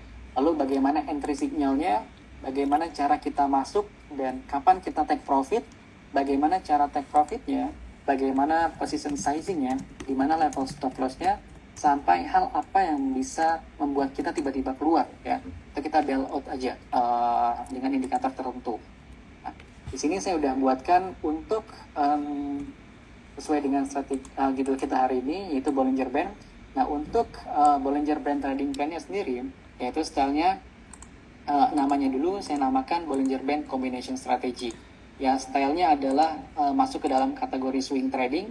Lalu tipe strateginya itu mean reversions. Holding periodnya sekitar 1 hari sampai dengan maksimal 1 bulan. Ya, untuk stock selectionnya kita menggunakan list saham yang masuk ke dalam IDX 30. Lalu untuk entry sinyalnya seperti sebelumnya kita tentukan berdasarkan konfirmasi dari candlestick. Ya. Lalu untuk entry-nya juga kita tentukan berdasarkan penutupan di hari sebelumnya ya. Jadi ketika kita mendapatkan sinyal hari ini, kita akan masuk di hari berikutnya dengan level atau penutupan harga kemarin ya maksudnya. Lalu untuk cara take profitnya sendiri, ketika harga menyentuh upper band atau melewati upper band ya, dan terdapat pola bearish candle ya di sekitar upper band. Nah, itu cara take profit kita ya. Lalu untuk exitnya kita akan tunggu sampai penutupan. Lalu kalau memang dia memenuhi kriteria tersebut, kita akan exit di hari berikutnya di harga penutupan hari ini ya misalkan. Lalu untuk position sizing kita akan menggunakan maksimal 10% dari total dana yang kita miliki untuk setiap transaksinya. Level stop loss-nya itu hampir 4% ya, maksimal 4% dari titik entry kita. Dan style take loss-nya itu agresif. Jadi kalau kita udah hampir 4%, kita langsung exit semua sahamnya. Dan terakhir kita tentukan juga bailout indikator apa ya untuk yang membuat kita tiba-tiba keluar dari satu posisi. Itu ketika terjadi resiko sistematis seperti pandemik atau tidak sistematis seperti pengumuman kinerja keuangan yang buruk. Nah, kalau kita lihat dari tabelnya di Excel, ya nanti kan saya akan juga tunjukkan di Excelnya seperti apa ya. Oke, mungkin saya coba stop share screen yang ini ya. Kita coba lihat aja langsung dari Excelnya ya. Saya coba stop share screen.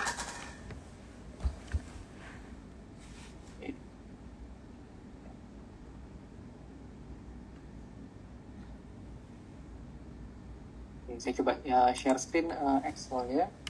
Kira-kira udah muncul teman-teman? Udah. Sudah ya, oke. Nah, ini template yang udah kita bikin ya. Seperti pertama kita tentukan dulu ya, kita mau trading di saham apa aja. Ya, nah kalau di sini kita tentukan kita hanya akan trading pada saham-saham yang masuk ke dalam IDX 30 ya, konstituennya.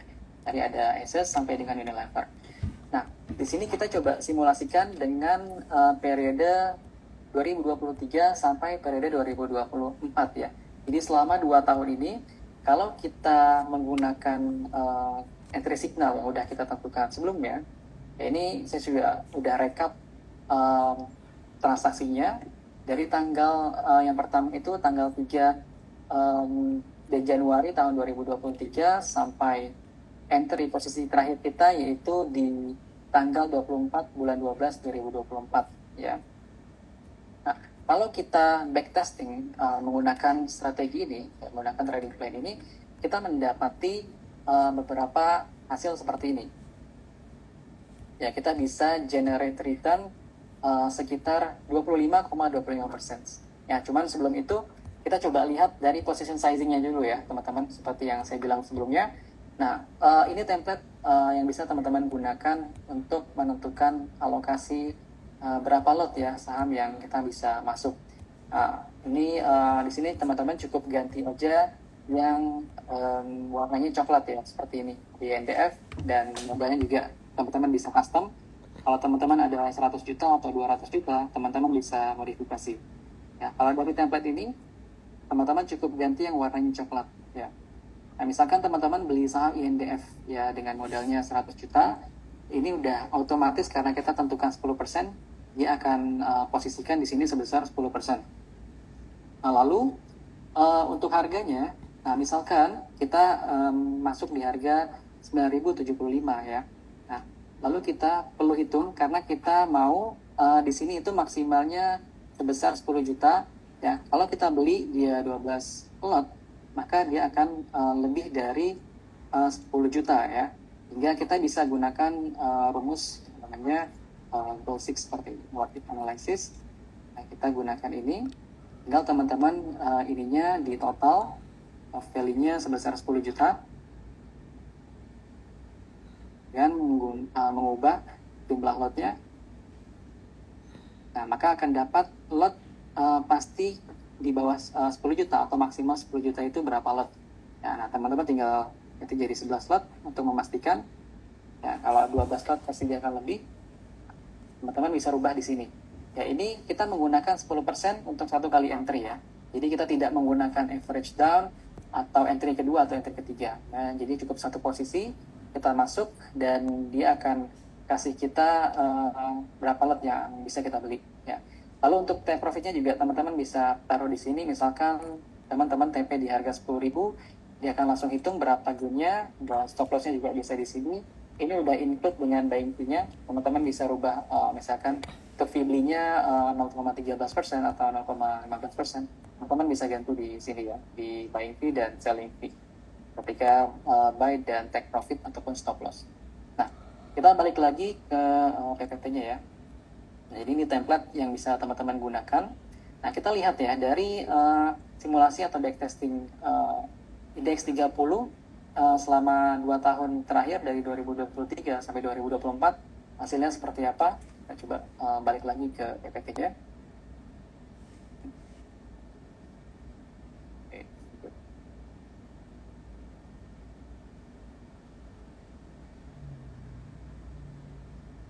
Oke, saya coba share screen lagi ya.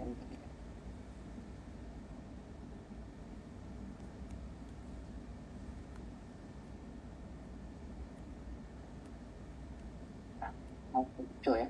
Nah, kita balik lagi ke PPT-nya. Nah, kita lihat kalau dari hasil yang kita dapat selama 2 tahun itu, nah kita mendapatkan return sebesar 25% ya, dengan average return kita di 0,14%.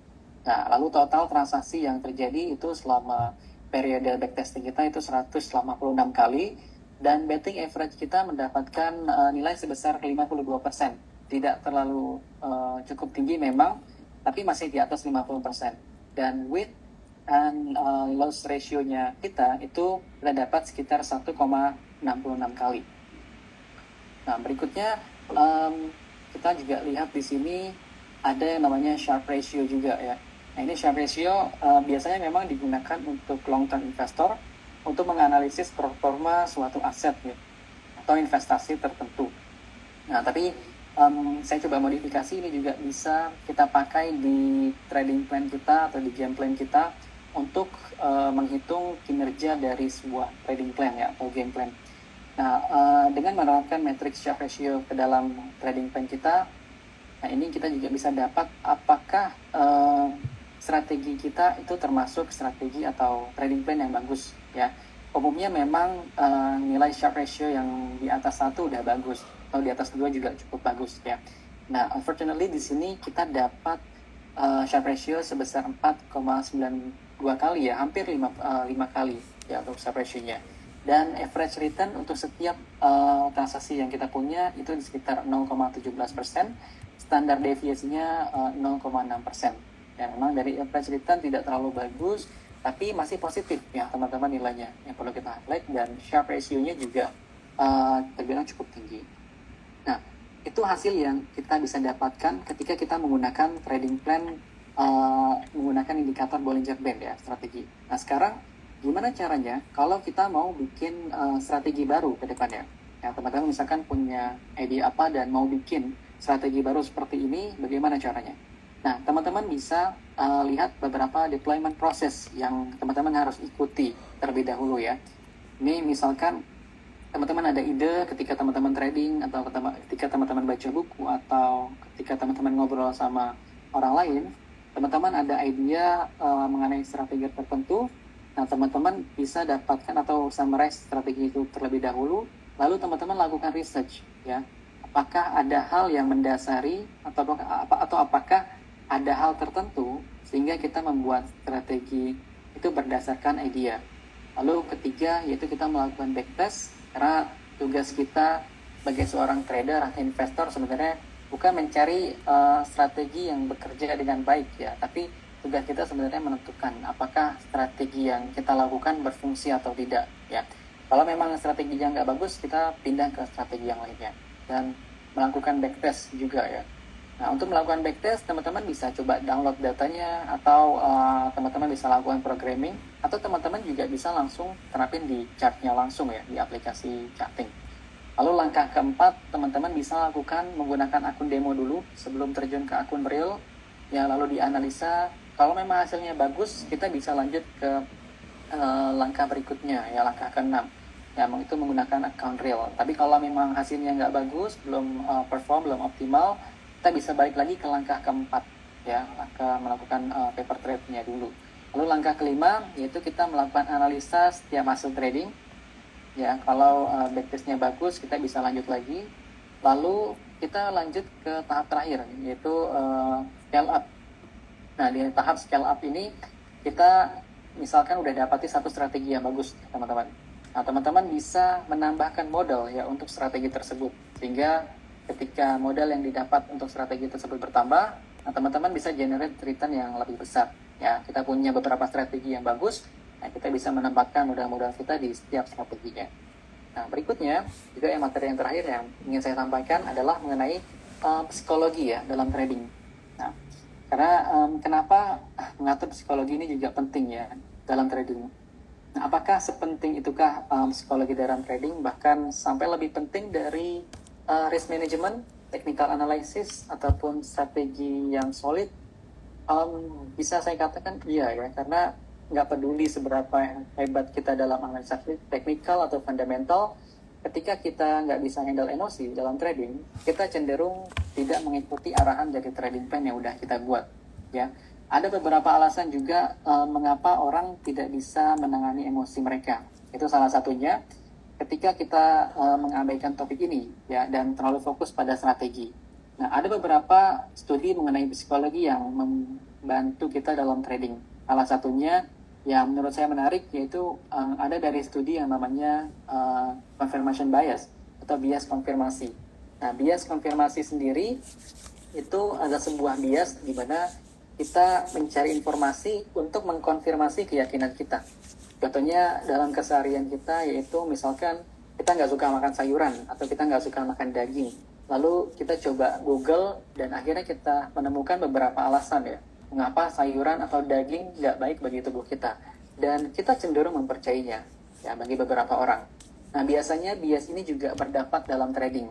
Ya, ketika kita melihat chart sekilas ya dan tiba-tiba kita memiliki idea atau kepercayaan kemana arah pergerakan sahamnya ke depan, nah ini agak bahaya karena dalam studi konfirmasi bias ini kita cenderung akan mencari alasan ya yang mendukung pergerakan tersebut ya, kira-kira dia kemana, naik atau turun. Nah, dan kebanyakan juga trader yang terjebak dalam konfirmasi bias ini ketika mereka sudah memiliki posisi ya, sehingga kebanyakan akan mencari alasan atau faktor untuk mendukung keyakinan tersebut ya. Cara yang tepat dalam menghadapi konfirmasi bias ini adalah dengan mencari alasan mengapa harga saham ya, atau harga suatu aset berharga bergerak ke arah yang tidak kita yakini justru. Ya, kalau kita percaya harga sahamnya akan naik, kita coba reverse apa alasan harga sahamnya malah bisa bikin turun. Ya, itu kita bisa coba hal tersebut untuk menghadapi konfirmasi bias ini. Hingga kita dapatkan nantinya beberapa hal dan kita bisa melakukan evaluasi kembali. Ya, jadi teman-teman, mengontrol psikologis dalam trading itu penting juga ya, karena ada potensi kita tidak mengikuti arahan dari trading plan yang udah kita buat, sehingga akan berdampak terhadap performa trading kita ke depannya. Kurang lebih itu untuk materi kita hari ini. So, thank you. Oke, makasih banyak nih Akmal, cukup lengkap dari awal hingga akhir, sangat menarik. Yang di-share itu memang penting banget nih buat teman-teman retail. Ini ada beberapa pertanyaan, mungkin kita akan start untuk menjawab pertanyaan ya. Nah, ini pertanyaan pertama mungkin yang juga menarik mengenai money management. Money management yang konvensional itu berapa persen berapa porsi dengan modal money management level konvensional tapi trading plan agresif, apa bisa itu diterapkan? Oke. Tadi untuk yang persentase dulu ya, Ci? Ya.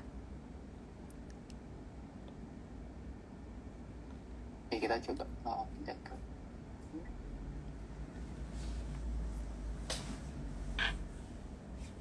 ya. Untuk money management ya. Nah, sebenarnya kalau ya secara rule of thumb-nya memang kalau kita lihat dari tabel ini, kan kalau kita misalkan rugi 20% ya, dengan membalikkan kerugian itu menjadi balik modal lagi itu butuh 25% ya gain-nya.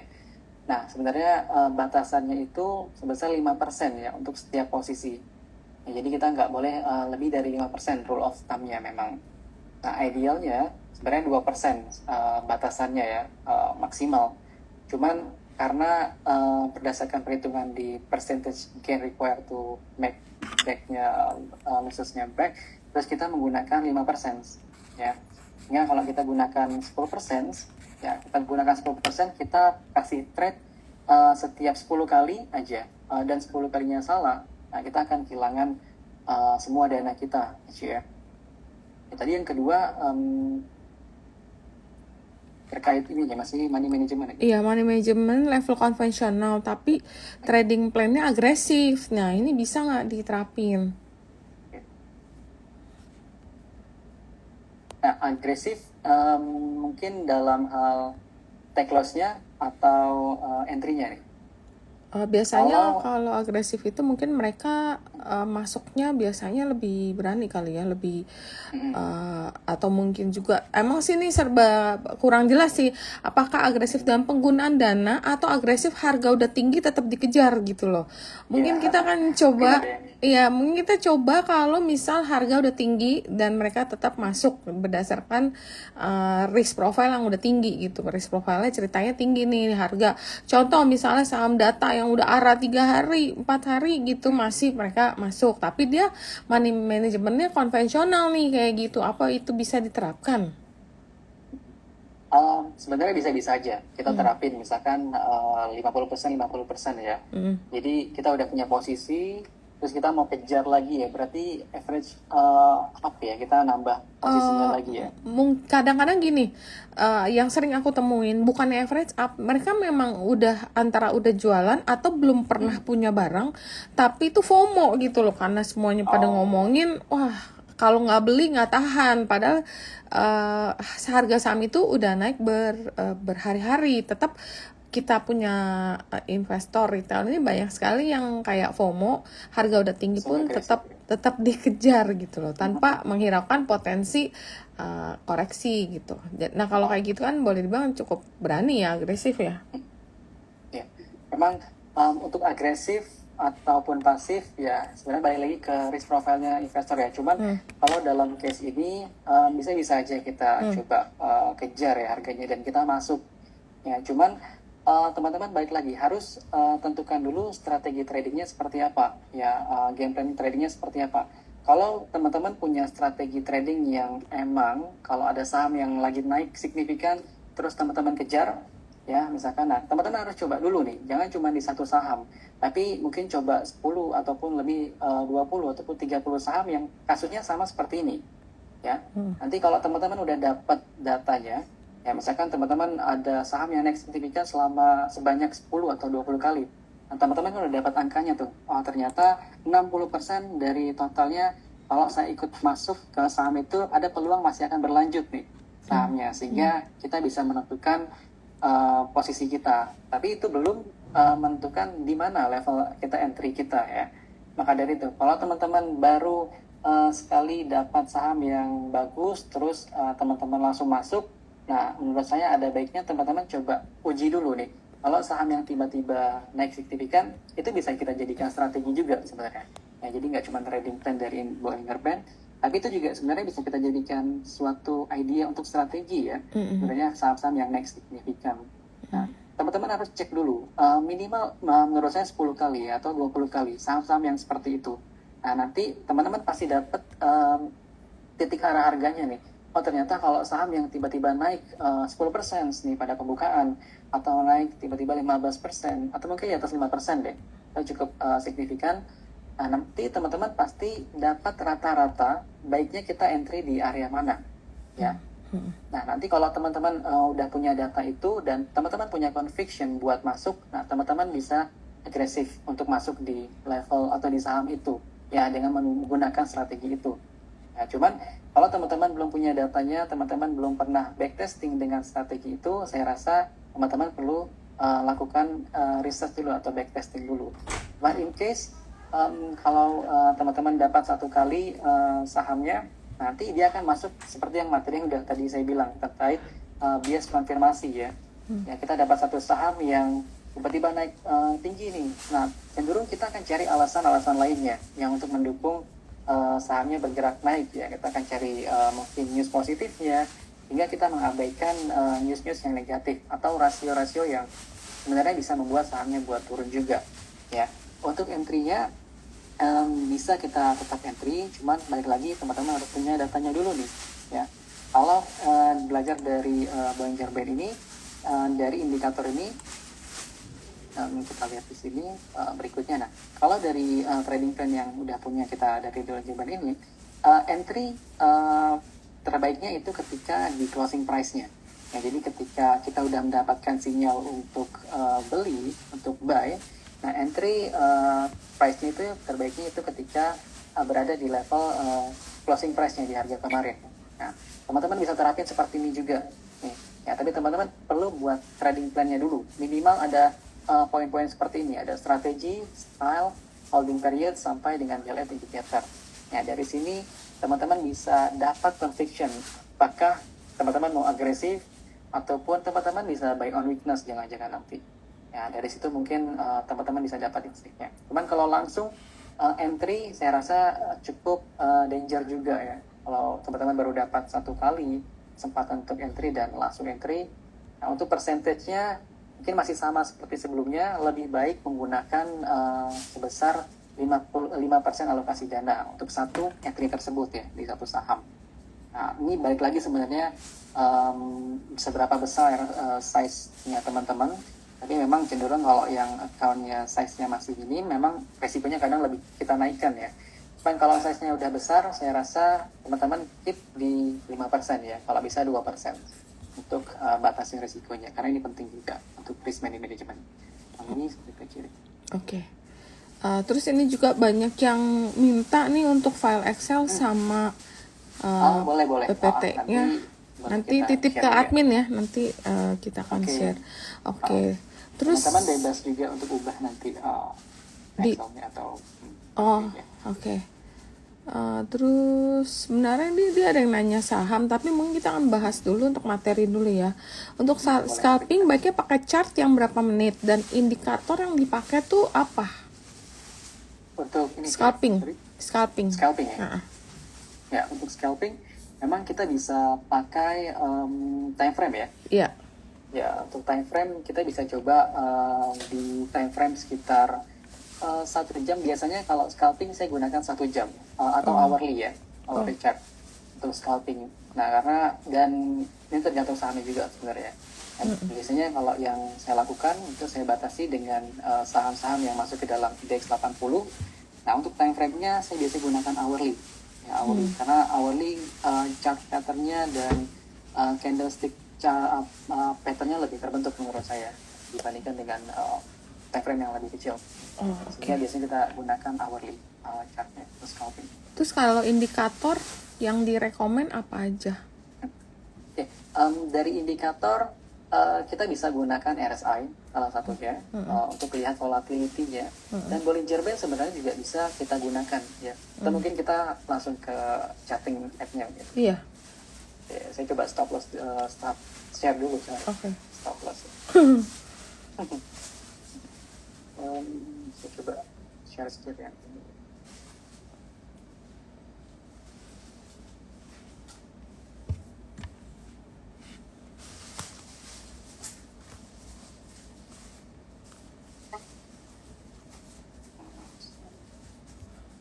Oke, chartnya udah muncul di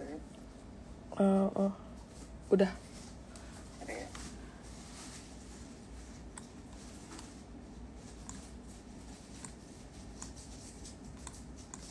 Ya, kita bisa gunakan Bollinger Band juga sebenarnya. Nah, time frame-nya kalau teman-teman mau ganti jadi hourly juga bisa.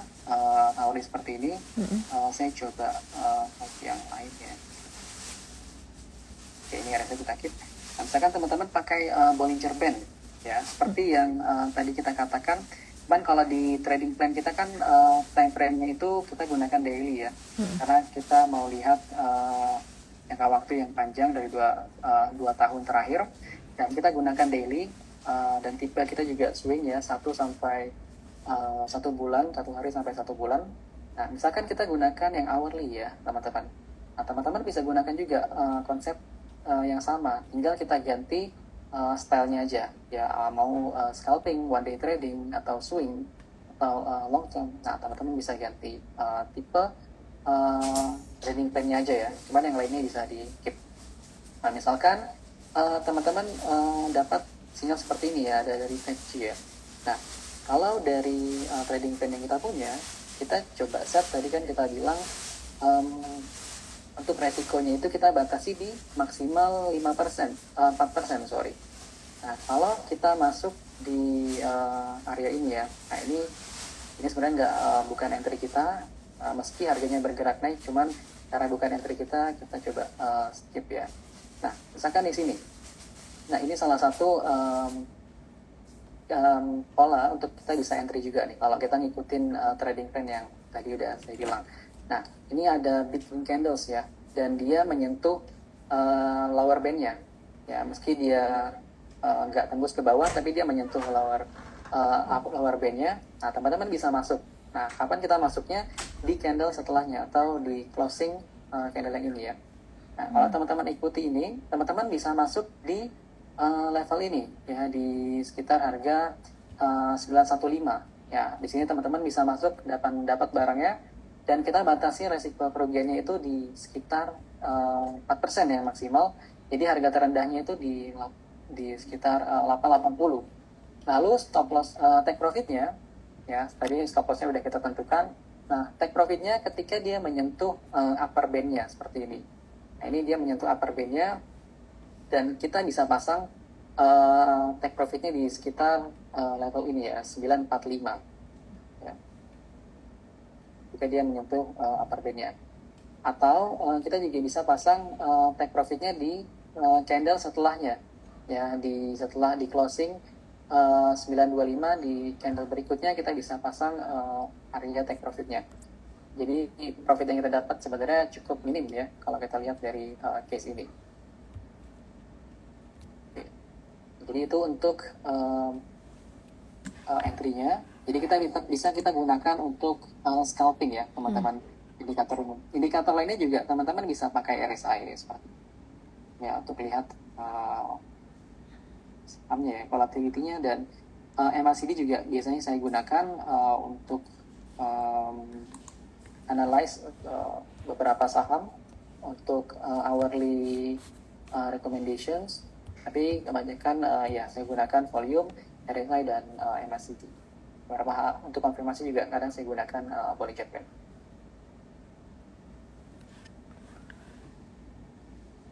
Oke. Ya tadi juga kebetulan ada yang minta request untuk di prakteknya. Nah kebetulan ini udah langsung diajarin cara prakteknya juga, cara baca dan cara penggunaannya. Oke. Terus tadi ada yang nanya juga mengenai chart AADI katanya. Menurut Akmal bagaimana potensi untuk saham AADI?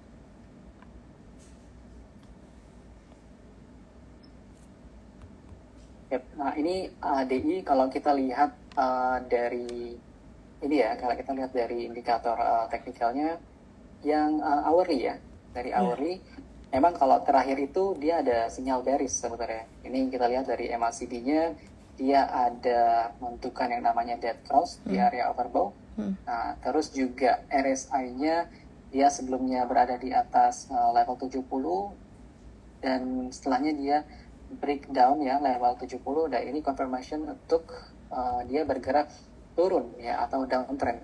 Lalu dari Bollinger Band nih, sekarang karena topik kita kebetulan hari ini Bollinger Band, ini dalam beberapa hari terakhir ya, ini dari tanggal 30 kemarin itu dia sudah berada di area upper band-nya. Ya, jadi kalau indikator Bollinger Band biasanya kalau harganya udah berada di area upper band atau di atas upper band, artinya dia udah over value ya teman-teman. Tapi kalau dia sahamnya berada di garis lower band-nya atau di bawah garis lower band-nya, biasanya kita katakan sahamnya itu under value based on Bollinger Band strategy. Nah ini kebetulan AADI dia masih berada di atas di sekitar area upper band ya, dan juga untuk indikatornya mostly bilang bearish. Jadi ada kecenderungan untuk dia bergerak ke lower band. Ya mungkin kalau kita lihat dari chart ini, dia cenderung bergerak ke support terdekat di sekitar 9.000 sampai 9.050. Nah, kalau kita lihat dari indikator ini ya teman-teman. Nah teman-teman bisa pantau aja nih, kalau ADI-nya, hourly chartnya, hourly time frame-nya, dia udah berada di area lower band. Nah ini ada potensi untuk kita buy ya. Jadi sekarang masih di atas, bahkan masih di middle band-nya ya, di simple moving average-nya. Nah masih cenderung untuk bearish ya, untuk seminggu ke depan saya rasa. Ya kalau kita lihat dari hourly time frame. Nah teman-teman pantau aja AAD-nya, kalau dia udah di bawah lower band-nya, nyatanya baru menarik. Oke, mungkin satu lagi untuk chart ya, Bumi nih. Kebetulan sektornya sama.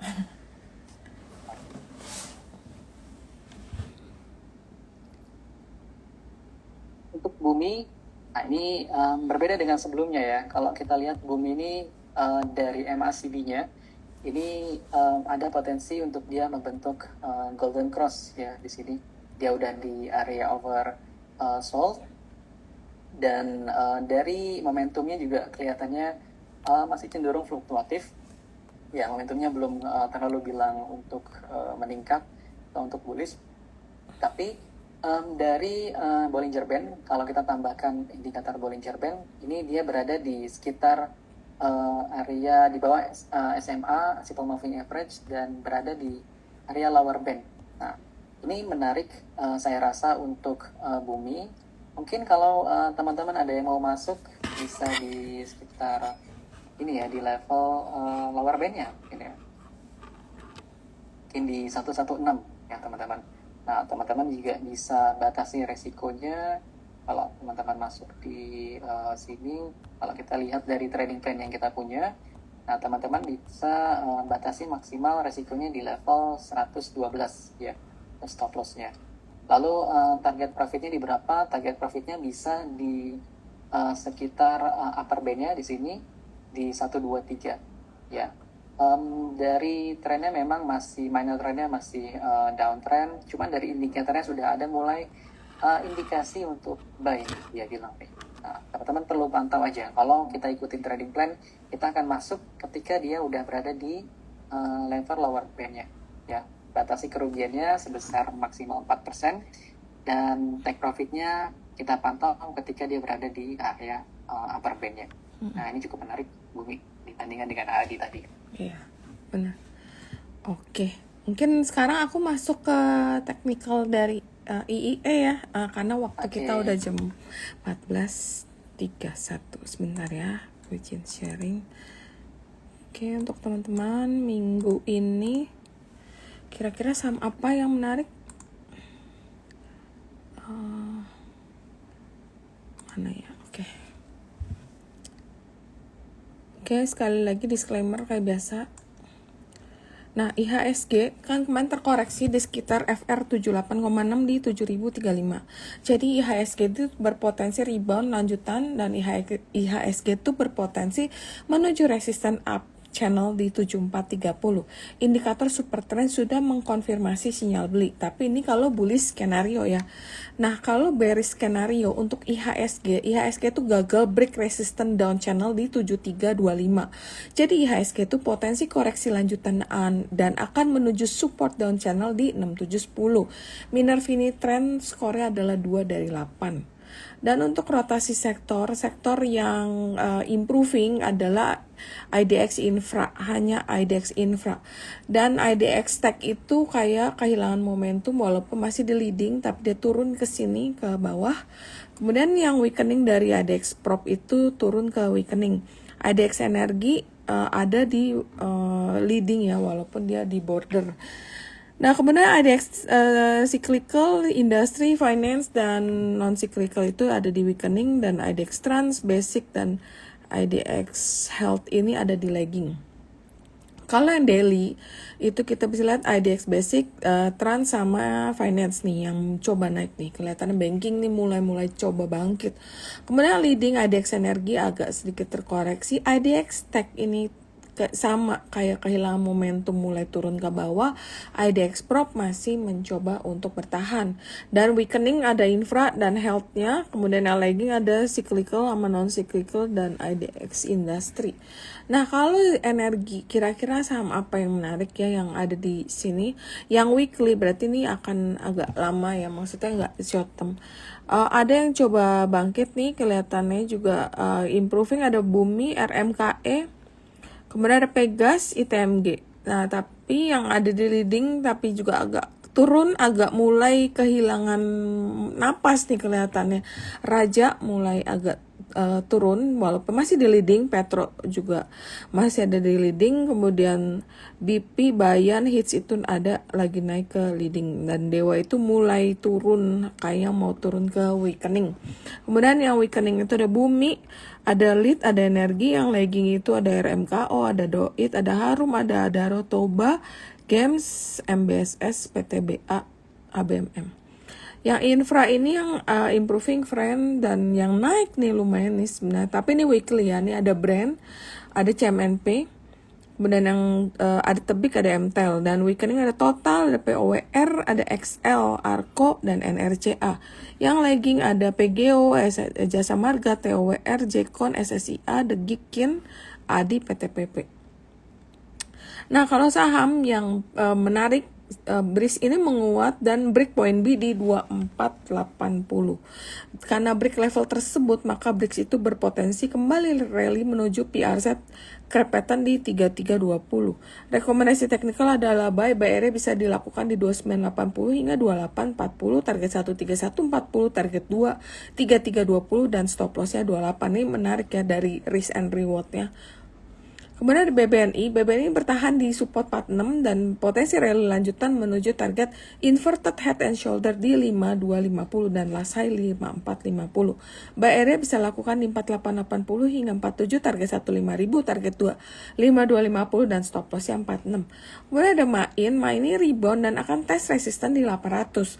Break di level tersebut maka MAIN itu berpotensi kembali rally menuju target double bottom di 895 dan resisten di konsolidasi 9250. Minerva ini trend score adalah 6 dari 8. Buy MAIN jika break di 800, buy area bisa lakukan di 805 hingga 770, target 1835, target 2895, stop loss 760. Kemudian ada Indika ini rebound dari support FR 50% di 1600. Break resisten 1785 akan membuka potensi rally lanjutan menuju target double bottom di 1985 dan target flag pattern di 2250. Minerva ini trend score adalah kriteria 7 dari 8. Rekomendasi teknikal adalah buy bisa lakukan di 1720 hingga 1640, target 1 1785, target 2 1985, stop loss 1630. Kemudian ada CTRA menguat dan break point B di 980. Jika break level tersebut maka CTRA itu berpotensi kembali rally menuju PRZ crab pattern di 1120. Rekomendasi teknikal buy area bisa lakukan di 1010 hingga 970, target 1 1050, target 2 1120 dan stop loss 960. Kemudian ada TPI ini rebound dan akan tes resisten di 73. Jika break level tersebut maka TPI itu berpotensi kembali rally menuju target triple bottom di 8075. Parabolic SAR sudah mengkonfirmasi sinyal beli dan rekomendasi teknikal buy if break 73, buy bisa lakukan di 73 hingga 69, target 1 7650, target 2 8075, stop lossnya 68. Oke, mungkin untuk teknikal minggu depan itu yang bisa saya sampaikan. Oke, karena kita juga udah jam 14.36 dan Akmal juga udah banyak sharing hari ini, udah sangat banyak memberikan input-input buat kita. Mungkin kita udah sampai di akhir webinar kita. Mungkin ada closing statement dari Akmal untuk teman-teman semua di sini. Ya, oke sih. Mungkin dari saya terakhir nih ya. Even kalau kita udah punya trading plan yang baik ya, tadi topik terakhir kita terkait psikologi. Ya, maintaining psikologi tetap penting ya, karena ini kadang suka diabaikan ketika kita buat trading plan. Nah, kita terlalu fokus belajar terkait strategi atau teknikal atau fundamental. Ya, jadi maintaining psikologi tetap penting sehingga kedepannya kalau bisa caranya itu kita review setiap kali kita trading. Ya, kita buat jurnalnya seperti trading dashboard yang kita miliki tadi, hingga ketika kita udah punya jurnalnya, kita udah punya dashboardnya, kita bisa improve nih, kita bisa scale up trading plan yang udah kita punya ya. So teman-teman, keep on maintaining psychology karena even kita udah punya technical strategi yang baik, fundamental strategi yang baik, tapi kalau psikologi kita terganggu, kita nggak akan bisa jalanin aturan-aturan atau rules yang udah kita buat dalam trading plan kita. Oke. Thank you banget untuk Akmal dan Kisi Korean Investment Sekuritas ya. Jadi kalau teman-teman yang tertarik mau buka rekening juga bisa mungkin bisa ke Instagramnya Kisi ya untuk lihat-lihat, dan mungkin itu dulu. Thank you banget untuk insight-nya hari ini, dan terima kasih buat teman-teman yang udah join webinar kita hari ini. Jadi sama-sama kita hari ini belajar. Mungkin next time kita akan invite lagi Akmal untuk memberikan edukasi ke teman-teman retail semuanya. Mungkin itu dulu ya. Thank you ya. Happy weekend dan happy cuan selalu. Oke, thank you. Bye.